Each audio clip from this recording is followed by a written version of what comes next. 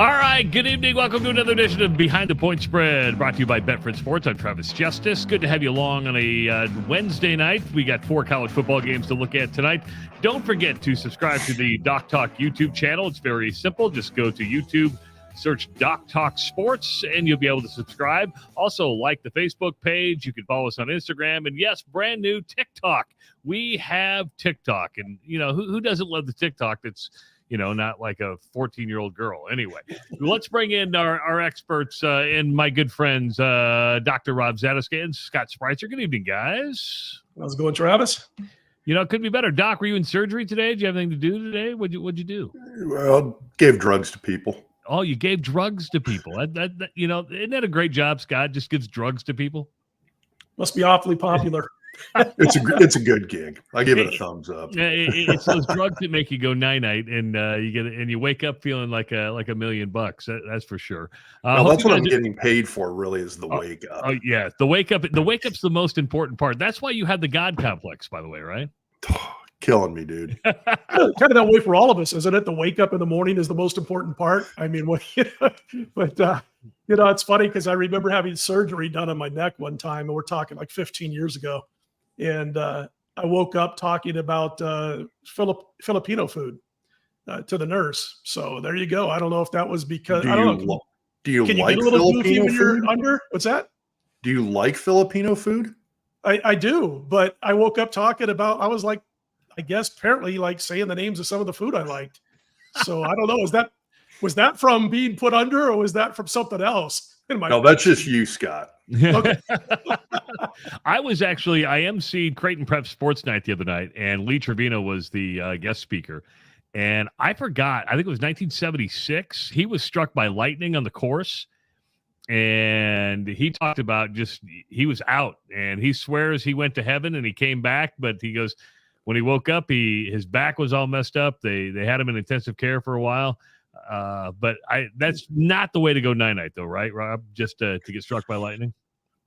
When you actually go to heaven, not a good thing. Well, I mean, going to heaven's good, but it's kind of it's like the song. It's sort of the whole, like, everybody wants to go to heaven. You just don't want to go right now. Exactly. Before we get started tonight, just a reminder that you can work with Scott Spreizter directly. Just text the word Doc Talk to the number 29022 and get a free $60 trial of the premium member picks from Scott. Or you can visit docsports.com and sign up for the free 60 on the upper left-hand side of the website. Hey, Betfred Sports has a great promo for you right now. Just go and download the Betfred Sports app if Betfred operates in the state you are in. It's the NFL promo. When you bet the NFL with Betfred, your 10th wager is free. This is a limited time offer, so go ahead and get on it as fast as you can. I do want to say, Scott Spreizter, I rubbed it in a little bit last week. I went 2-0 again last week. I'm 5-0 for the college football season. For a novice, I feel pretty good about that. Absolutely. I mean, you did better than I did. I was 5-4 after we butted heads with Texas Tech in Miami, and then I cashed late with Cal over Auburn, who almost blew it. And after losing Texas Tech in the final 40 seconds on that pick six, I kept visioning, you know, Auburn taking a knee and then instead handed the ball off to a running back for a 70-yard touchdown run in the final seconds. But they decided to keep taking a knee. And we got that cover with Cal, who, by the way, is a pretty good football team, as are a few Pac-12 teams. And Cal probably should have won that game outright, by the way. There was a couple of mistakes made along the way that cost them. But they covered the spread. Congrats to you, though, man. You set that 2-0 Saturday, 5-0 overall thus far. And that's an awesome start, man. You get out of the gate like Usain Bolt, and you got a chance, you know, hopefully to make some money throughout the course of the season. I want to know if my strategy is right or wrong. Right now it's been right, but I wait till almost the morning on Saturday. I open up the app, and then I just look for the most value there. I just kind of go through them and look for the value I see right there. I went ahead and took Ole Miss last week at Tulane. I was sweating that one out a bit, and I had Oregon. That pick six, man, you should have seen me jumping up and down when that pick six happened. That gave me that put me over the line. I was happy with that pick yeah, six. that was a nice pick six for them, not for me. Good for you. Glad at least one of us was on the other side that won there. I think it is. I mean, if you're doing this because you're making a living at it, you got to watch lines you got to make your own lines before the lines even open for the upcoming week's games. And that's on Sunday. I always make my lines a week in advance. So I'll make my lines tomorrow for next week's games. And that's what I'll do for college football and the NFL. And it keeps you from being too influenced over 1 week of action, a team playing way above their heads or way below their heads. But if you're doing this and you're not, doing it as a pro bettor, but instead as a person who wants to make some money and get into this, but you've got another job that you got to do, I think waiting as late as possible is the way to go. What happens, like, if you could put all your your mind, your day, your hours, your minutes on just handicapping games, which is basically what I get to do, then you get to jump into these games early. You don't become, the old paralysis by analysis. But if you don't have every day to spend, 5, 6, 7 hours a day on this stuff, you're going to have paralysis by analysis, because you're going to say, man, I love team A.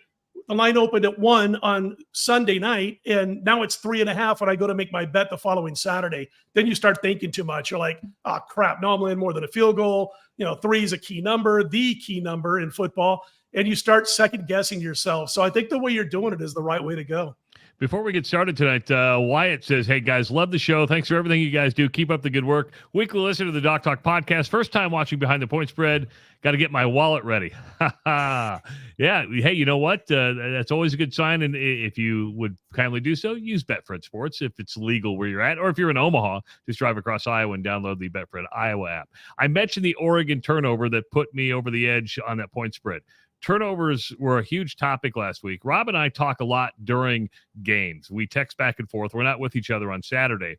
But Rob had an interesting question when he was watching the Nebraska game last week, and it was the Jeff Sims turnovers. And Nebraska had 4 turnovers last week, and just how important that turnover margin is when it comes to games, whether that be in college football or the NFL. We know it's important, but how much effect does turnover margin have on the outcome of a game?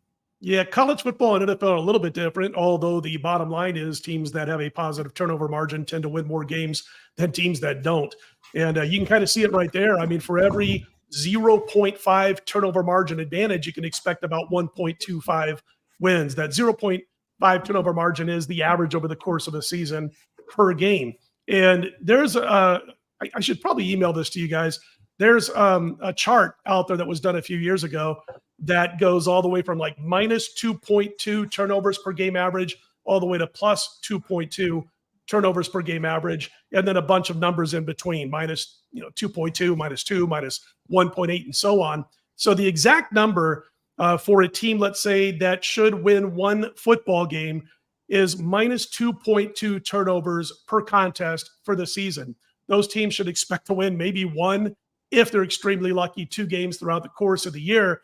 And then a team that has like a plus 2.2 turnover margin per game average, all of a sudden is a team that's winning 11, 12 games per season in college football.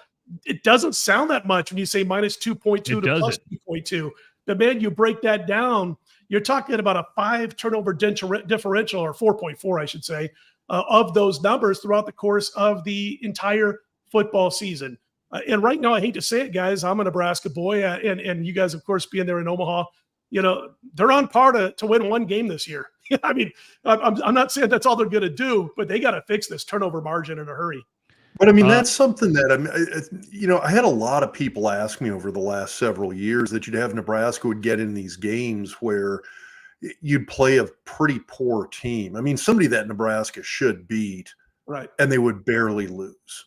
And then they'd go play a pretty solid team, somebody that Nebraska, they'd go out there and they'd end up kind of hanging with a good Ohio State team, that close loss against Michigan a couple of years ago in Lincoln, where you'd play some very good teams and you're losing by like that same margin that you lose to against a crappy team. And everybody would always ask me, how does that happen? Shouldn't you, if you're barely losing to the crappy teams, shouldn't you be getting nuked by the good teams? Or if you're barely losing to the good teams, shouldn't you be nuking the crappy teams? And the point I would always make to everybody is that's the effect of turnover margin on a game, is that you see the mistakes like that, the turnover margins, the penalties. That's what, even if you're a halfway decent team with halfway decent athletes, if you're having those kinds of mistakes, it's going to lead to those really close losses, no matter who you're playing. Sure. And, one of the things that happens, and I'm asked all the time, is how to predict turnover margin. And it ain't that easy. But there are certain teams and maybe certain players that do struggle with turnovers throughout their careers, throughout a season. And a perfect example would be, Jeff Sims. We know he's a turnover machine. And I'm not trying to be mean to the guy. I'm sure he's going through a lot of crap right now between the ears. Facts are facts. Yeah, it's exactly it. And you can't predict a lot of times what teams are going to turn the ball over. However, in the case of a quarterback who continues to turn the ball over multiple times per game, you can kind of predict that at some point he's going to make a crucial turnover. And the best thing to do in those games is either play against those teams or completely stay away from the game. We'll get into how I kind of factored that into this game coming up against Northern Illinois when we talk about that in a bit. But, he's somebody you can predict, who's going to turn the ball over. I know the other day or last week when they played Minnesota and they got the ball back and it's 10-10. And I texted it like our little group of like 7 or 8 people. And I said, here comes a Sims interception. You can feel it coming. I was kind of joking, but not really. It's a pressure situation from a guy who turns the ball over. And that's what happened. And then last week, you're within 6 with 6 or 7 minutes to go in the third, despite the offense stinking it up. And they still found a way to just contribute to Colorado's cause for the rest of the game. And they end up losing by 22. But yeah, turnover margin means a lot. Try to find certain teams that they're going to turn the ball over once or twice per game, or it's a defense that doesn't produce a lot of turnovers. Then you can start factoring that in a little bit. How much different is the number? Because those are the college football numbers. What's the difference between the college numbers and the National Football League? Yeah, National Football League is kind of interesting. I wrote down some notes here that I'd sent the other day, but each additional turnover to a team's positive margin is worth 0.2 wins in the NFL. So if you're +1, you've got 0.2 wins and so on. And the team that wins the turnover margin in the NFL, and this is going back a few years now, wins 69.6% of the games outright. 70%. All you got to do is win that turnover margin. You're winning 7 out of 10 times. And I was kind of digging a little bit deeper and found out the top 15 NFL teams in turnover margin last year, the worst record of those 15 teams was 1 game under 500. And 7 of the 9 teams in turnover margin, 7 of the top 9 teams in turnover margin in the NFL made the postseason. Only 1 of the bottom NFL teams in turnover margin last year finished with a winning record. That's it. So it just means so much. And again, it's kind of funny because I'm watching, Josh Allen in the NFL the other night. And I'm like, you could almost count on Josh Allen turning the ball over an average of 1 time per game. He tries to force things too much. He gets a little panicky. He's not matured. Craig Bohl's a great coach. And I thought he took him to another level at Wyoming. And I thought he was going to have this fantastic career, and he still might. But as a pro quarterback, I'm not talking about off the field. As a pro quarterback and a leader of a football team, I don't see a big maturity level with this guy right now. So just to let all our viewers know, our phone line is actually down tonight. So we don't have our phone line up tonight, but you still can ask questions. You can only do it on Facebook and you can do it on YouTube. So just use the chat section to ask your question. You can do it on Facebook and on YouTube. So let's start diving into tonight's game, shall we? These are the 4 we're going to take a look at. We're going to look at the Washington-Michigan State game. Michigan State's just an absolute mess right now. LSU taking on Mississippi State, and Western Michigan taking on Iowa. And then, of course, you have the night game on Saturday night as Nebraska takes on Northern Illinois. So first game up, and this is an interesting one. It's Washington at Michigan State. There's going to have to be a fade here, isn't there? How can Michigan State bounce back from the week that it's had with Mel Tucker? Yeah, and we jumped on this right away, man. It was like Sunday night or whatever when all the words came out about Mel Tucker, and it's all alleged, obviously, but I would think a program has a pretty good idea if they're suspending a coach without pay and maybe some decent evidence, just conjecture on my part. But we jumped on it right away. It's up to 16, total 57.5. We have a legit Final Four contender in the Washington Huskies. And Penix is a great college quarterback. I don't know if he's got what it takes to be at the next level as a starter, but he's a fantastic quarterback in a system that fits him to a T. So you're going to have to go against that. You got Michigan State, who's not been as good as they were that initial season that got Mel Tucker that $90 million contract. And then I'm watching Michigan State a little bit on and off, watched them against Central Michigan, the 10-7 at the half. They end up pulling away in the second half and they win that game. They weren't anything special against the Richmond Spiders, but they pull away and win that game. And what I saw at Michigan State, especially against Central Michigan, was the fact that they weren't playing that great of football, but they wore down an undermanned or outmanned or maybe a team not in Power 5 class when it came to Central Michigan. And Central Michigan, by the way, outside the top 100 in power ratings in college football. So they were able to wear them down. It's not going to happen against Washington. You got to play a great game. You're not going to wear this team down. And I think State might stick around for most of the first half. I think eventually Washington's going to get to them. They're going to be able to throw the ball. They don't have one of their top targets as far as receivers in this game, but I still think they pull away in this one. And last year, they threw for about 400 yards against Mich State. They won the game 39-28. The only reason Sparty hung around in that game was because of Peyton Thorne, and he now plays for Auburn. So, boy, all the stuff that happened off the field, plus the talent mismatch and the coaching mismatch in this game, quarterback mismatch, it just heavily lies with Washington, and I think they get a 3-touchdown, maybe 24-point win. The great things you need to get to the Final Four: a very good quarterback, very good offensive line, very good defensive line, and wide receivers who can play above the norm of most teams. You got those things, you can get there. Washington has all of that. Rob, you're a Sparty fan. You wear the Michigan State gear a lot. Mel Tucker came out swinging. He's not backing down. He's trying to save his job here. I don't think he can. I think he's done coaching at Michigan State. Yeah, well, we talked about this on the show on Sunday. This was one of those things where even if this was 100% consensual, still shouldn't have done it. No, so 100%. I just don't see him coming back. My question for Scott is, in a situation like this, what was this line a week ago?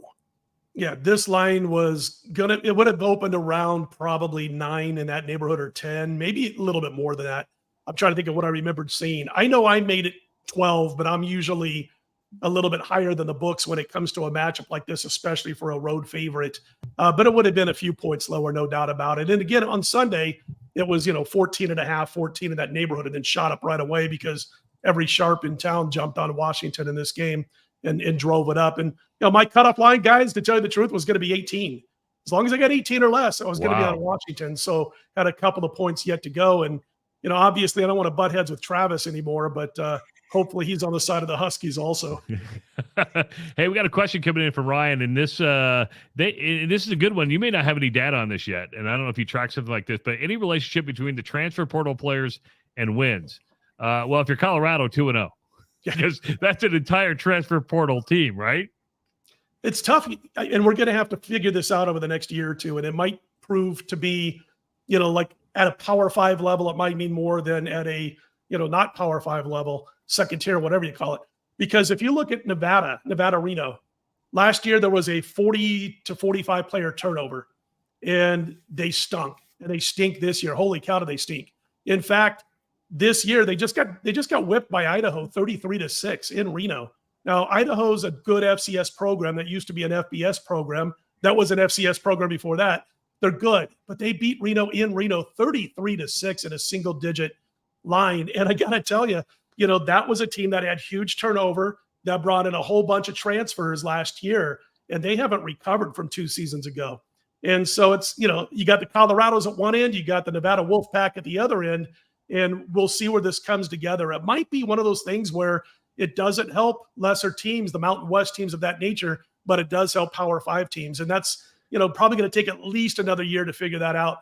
I'll tell you this much. I called my daughter last week, and I said, her boyfriend's name is Luke. And I said, hey, you and Luke want to go to the Reno, Kansas game on Saturday night? This was before the Idaho game. And I said, I'm thinking about flying up Saturday morning. It's a 7 p.m. game, and watch the game and then go home Sunday night or whatever. And she's like, our team's so bad, Dad. And I go, I know, but I want to see Kansas. I'm digging the offense. I really am, this Kansas offense and the play calling. And then after the 33-6 whipping by Idaho, I thought, man, do I really want to be up there when it's 50 degrees right by the Sierras? It's freezing cold. I'm used to 95 to 100. And I thought, you know what? I'll pass and go to another game another time. Maybe a basketball game indoors. This could get so ugly. That Kansas line went from 24 to 28 before you could sneeze. And they might win that game like 56-7. 56-10. Daniels is a hell of a quarterback. Lance Leipold, a friend of mine, and I've known Lance since he was an assistant coach at University of Nebraska Omaha. I'm so glad he's having success at Kansas because he deserves it, and he runs a hell of an offense. Rob, how about this? Ron wants to know, is your friend a real doctor, or is he like a Joe Biden wife doctor? He's real a doctor. real doctor. He's a real doctor. Next game of the docket, we're going down to the SEC. This is a Saturday, 11 o'clock in the morning game on ESPN. LSU at Mississippi State. Tigers -9. This over-under at 54. Yeah, I'm looking for LSU to bounce back here. I mean, really disappointed in the way they played against Florida State outside of that first half. The second half, they just disappeared. Well, yeah, you got a little relation down there or something, right? The daughter or something like that. And I really thought LSU would get their revenge in that game. And at halftime, I was feeling pretty good, as was LSU apparently. But in this game, I think if you're going to lay the points, you're good up till 10. Anything past that, I think you just jump off this game. Zach Arnett taking over at Starkville for Mike Leach. I'm watching that game against Arizona, and I watched them a little bit in the week before. That game against Arizona, they did not play well. Arizona gained over 430 yards. The Bulldogs had like 307 of total offense, and they were able to beat Arizona in overtime. But it took overtime in Starkville, and again, that defense got shredded by the Arizona passing game. And Arizona's okay through the air, but they shouldn't be doing that on the road in the SEC. So they're going to look to run the football against LSU, try to keep the Tigers' offense off the field. I just don't trust that passing game with Will Rogers at quarterback, and I don't think they're going to be able to hang with an LSU team that's going to be – I don't care what they did against Grambling last week. I know they scored 70 points, but they're going to be focused on Miss State after what happened in that week 1 game against Florida State. And, hey, man, your daughter, she's attending FSU at the right time after a few years of drought. Boy, I like what Norvell's done with that program. I did think he would lose to LSU, to be candid. And I like LSU this week, though, at -10 or less. I mean, Norvell's an interesting story, though, right? Because, I mean, his first 2 years, Rob, I mean, a lot of people thought he was going to get canned because they sucked so bad. Yeah, although it was kind of like Frost. He made that jump from Memphis up there, I think it was right during the COVID season was his first year. I don't know. I think I kind of gave anybody who had a bad season that year a little bit of a pass. And I mean, I gave Frost a pass that year too. But I think Norvell's the better coach, better program builder, obviously. And he's got them playing really good football right now. Scott, I want to go back to that the transfer portal question too. Coaching has a lot to do with this. I mean, look what Sonny Dykes did at SMU before he went to TCU. Right. He was loading up on transfer portals players winning. I think coaching has a lot to do this. Who that coach is and being able to attract players to come play for your program. Absolutely. I mean, when you look at what happened at Reno, it wasn't just the turnover of 44 players. It was also a coach in Jay Norvell who went to Colorado State, took some assistance with him, and told all the remaining players left at Reno because he was unhappy with the pay offer there to transfer. He's like, he helped to ruin that program. You would think you'd have a little bit more class than that and not like what you were offered. You were the lowest paid coach in the Mountain West, but you just leave if you don't like it. You don't have to sit there and rip a program apart, which is what he did. So, yeah, I mean, there is that. I mean, Deion Sanders can coach his butt off. I mean, listen, I know a lot of people are tired about the, I keep receipts and all that kind of stuff, or whining about Rule and team, saying up prayer at midfield and all that.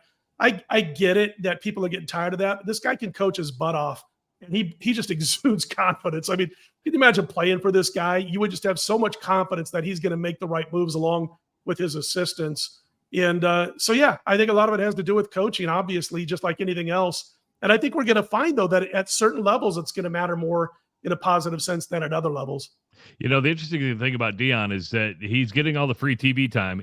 College Game Day from ESPN is going to be there. Fox Big Noon Saturday for the third week in a row is doing Colorado. In fact, this weekend, they decided to punt the Penn State-Illinois game to stay in Colorado. It's the first time Big Noon, the Fox Big Noon Sunday or Saturday crew has ever done a game that they haven't broadcast. I mean, so everybody who was bad-mouthing Deion 2 months ago about the way he was doing things, it's funny how everybody's jumping on the bandwagon now and just going all in on Deion Sanders because he's polarizing. You just want to see what he's going to do next. And people are definitely trying to see what he's going to do next. And I've the next said a million times, just real quick on that, when betting, you got to stay away from emotion. And I'll tell you what I'm hoping for. I hope Colorado beats the snot out of Colorado State. I mean, I hope it's just a nasty, nasty beatdown, 63-14, because guess what? Colorado travels to Eugene the next week. And I know he's going to use all that talk about I keep receipts with the Oregon coach saying what he did, who has Colorado beaten, things of that nature before the season began. But boy, the books have to protect themselves. They're getting all Colorado money, which means we should be able to get some value on the Ducks in Eugene next week. Before we go to the next game, Sal, you know he's a bettor with the name Sal. You have a bet. You have a betting name. Big fan of Scott Spreizter from the Pro Line days with Larry Ness, Dave Cocken, Jim. Is Jim Feist still around? Because you used to be with Feist when you did the radio show. Still have some lunches with Jim Feist from time to time. 81 or 82 now, and still handicapping and betting games. And Larry Ness unfortunately passed away from cancer about a year ago. And but those guys, Dave Coken, we talk 5 or 6 times a day. Real quick note about Jim. I worked for Jim. That's how I got in the business. August of '89. I was 22 and I was working behind the scenes quite a bit. And didn't start doing the TV show till '95. What happened was Jim came down to the Stardust, saw me co-hosting the Saturday Night Stardust line, and we didn't know each other well, despite the fact I had worked there for 5 or 6 years. He had 400 plus employees at the time. And so anyway, he's like, wow, I like your stuff. I go, yeah, I work for you. And next thing you know, he's like, how'd you like to do the TV show, kid? So I was like, 25 years younger than everybody. I was like 27 years old when I started doing that TV show. But what I was going to say is I can remember him after we got to know each other, calling me down to his office in the complex that we had. We had like one side of a strip mall all the way down the street. It was a big operation. And who do you like, Rockets or Blazers? Something like that. I kind of like the Rockets tonight. I got a few bucks on them. Bing, 20 grand on the Rockets. I'm like, Jim. I said, I kind of like him. He goes, don't worry, man. He goes, I like him too. I'm just messing with you. But 20 grand here, 20 grand there, 30 grand here, the whole thing. And that's where I was really introduced to big money betting, was through Jim Feist. And I love the guy. If it wasn't for him, I wouldn't be talking to you guys right now. He's the guy, along with, Maury Mosman from Docs, all those guys 50 years ago, Mark Lawrence, that pioneered this whole thing. That's crazy. And now you're dropping 20 to 30 grand a game, right?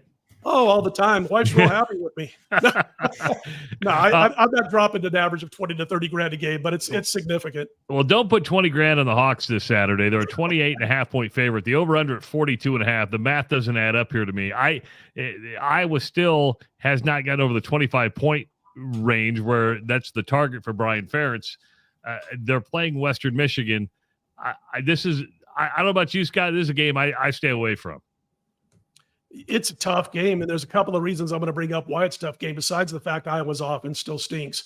They're not scoring points. They need points from their defense in order to win football games. We saw it again last week. I had the under in that game, and got a little scary there with the pick six. But the bottom line is that they're laying 28.5 with that total, which means the books are saying Iowa's going to win around, they're philosophically saying around 35-7 in that neighborhood.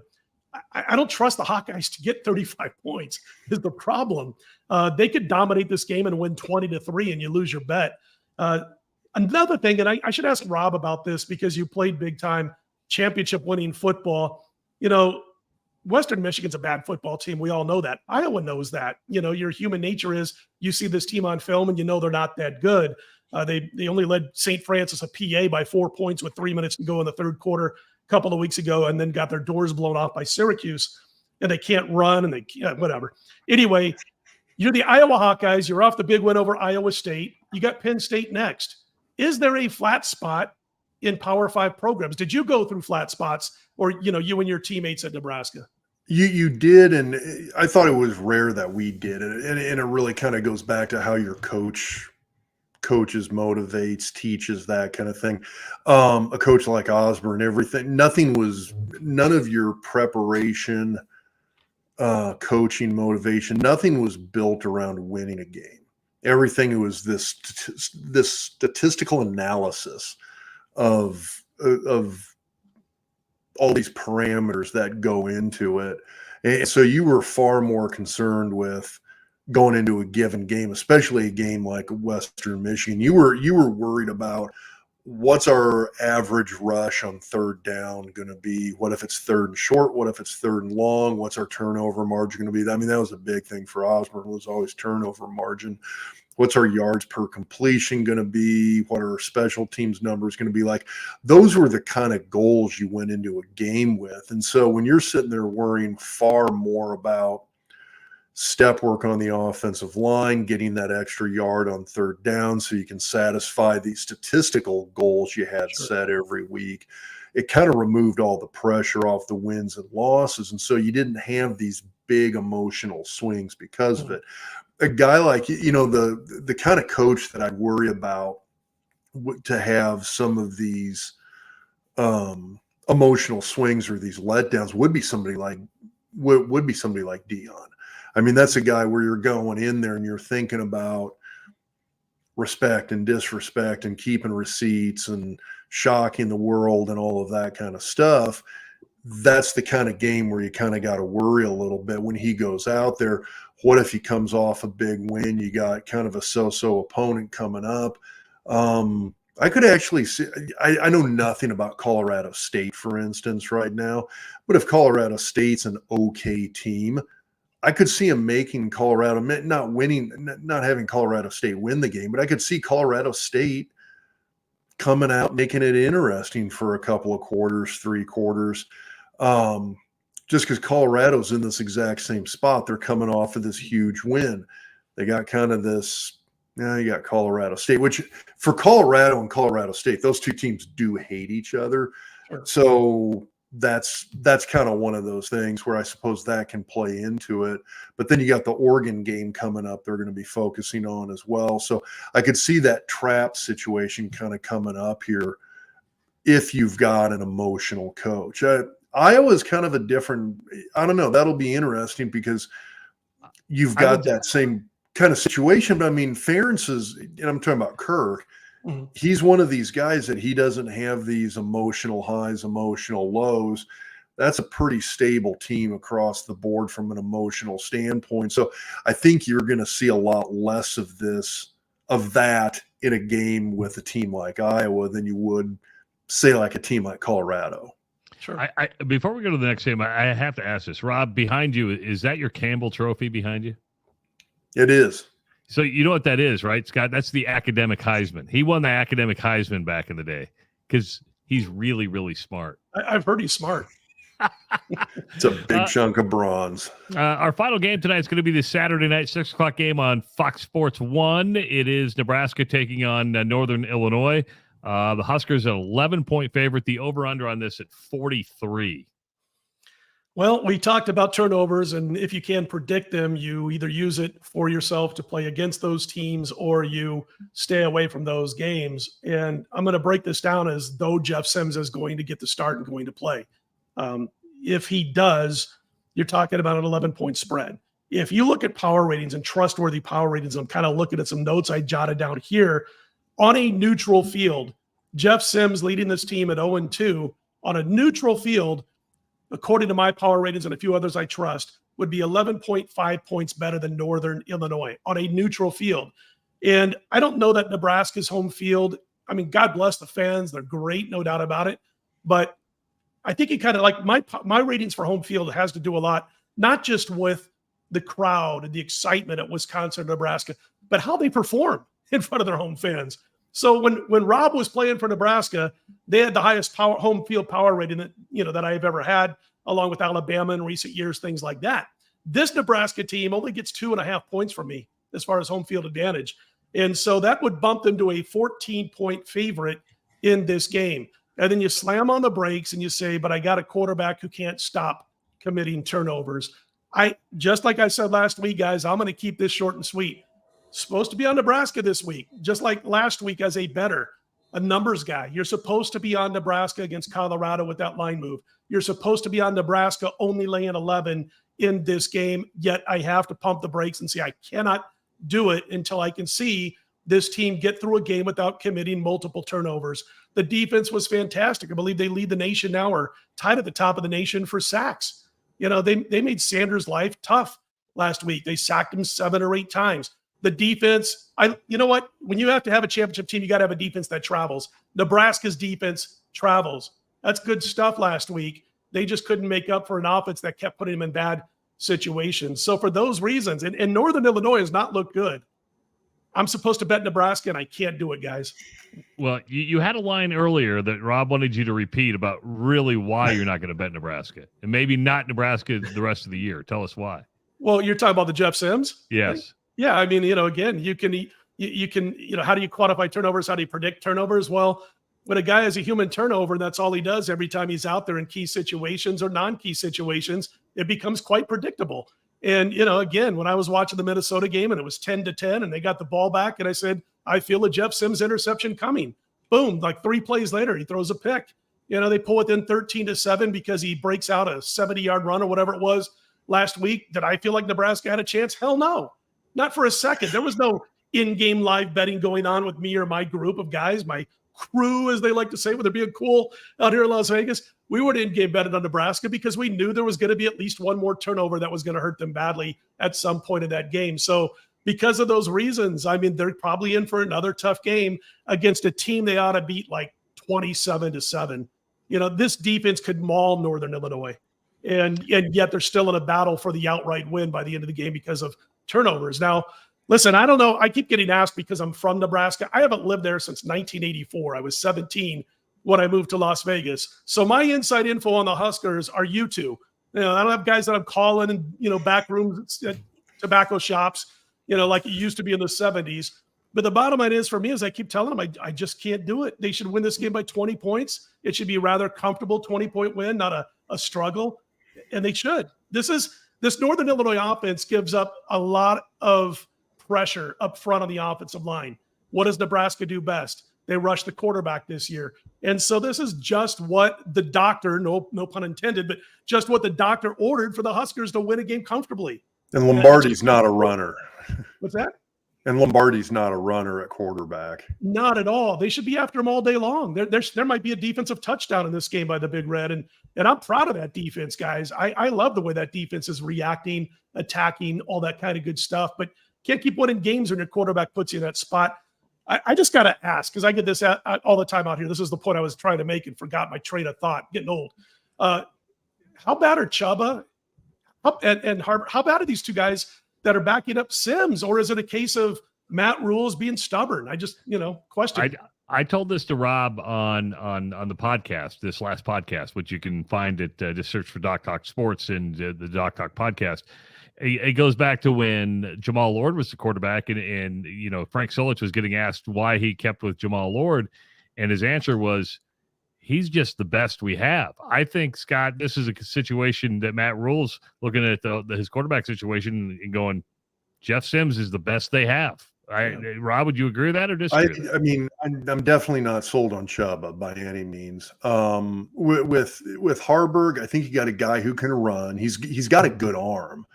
But again, I mean, I've watched him play going back to high school football, and he wasn't putting up the numbers you'd expect for a Power 5 scholarship quarterback coming out of high school. You want somebody who's nuking people, and he just wasn't. Now, I'm not saying he's not a good athlete. The guy's a pretty amazing athlete. It's just we haven't seen that translate at the quarterback position yet. But I think he's a good enough athlete that actually he is a phenomenal enough athlete. That's what's keeping him at second place on the depth chart. I think the bigger thing is just when it comes to winning a football game, I think the coaching staff's been hoping, I know that's a brutal way to put it, but I think they've been hoping the turnover problem that Sims can figure out how to correct that. The other thing is that, I mean, in terms of your best chance to win, you got to have somebody who's got to have some ability to make something happen. With Sims, it's with his feet. I mean, you saw the touchdown run against Colorado, his ability to run against Minnesota. You clean up the turnovers, and you've got a guy who can do some serious damage to opposing defenses with his feet. And I think that's why he's in there. There's this, how dangerous can he be to an opponent factor? And I think of those three quarterbacks, he's the one guy that has that, okay, here's a guy that can burn an opponent's defense. I don't think Harburg's going to burn you. Chubba's not going to burn you. As dangerous as Sims is to his own team, he is dangerous to the opponent's defense, and I think that's why they're reluctant to not have him in there. Scott, we got a question from Larry. How bad is Missouri? The K-State line seems a little low. Your thoughts? Staying away from the game in all likelihood, but we're talking about this game on our show tomorrow. We do about a 1-hour show for Doc Sports, and we'll be talking about it. I'm going to jump into a little bit more tonight. I just got to right now. It's kind of a gut feeling that Missouri's going to pull the upset. They got a coach on the hot seat though. He's got to start doing something. As far as K-State's concerned, man, when you got a coach like that, it's just tough to go against him, especially when the line's pretty low, as our viewer just mentioned. So right now it's a small lean on Mizzou, but I'm not going to back myself into a corner because there's a few more things I want to jump into tonight before we do that show tomorrow. And shouldn't the law? Yeah, you know what? That message by Sean Kelly there. It's like from one year to the next, you'll say like, there's a team that had a minus 14 turnover ratio last year, which is bad, obviously, in college football, and it should come back to the mean. That shouldn't be a problem the next year, and that's why it's hard to predict turnovers. But when you got unless you've got Jeff Sims, we're back to that again. And so there are certain teams or certain players where you got to think at some point he's going to make a bad pass, a bad decision, and if the other team's on top of their game, they're going to turn it over and either run it back or they're going to set up their offense in a short field situation.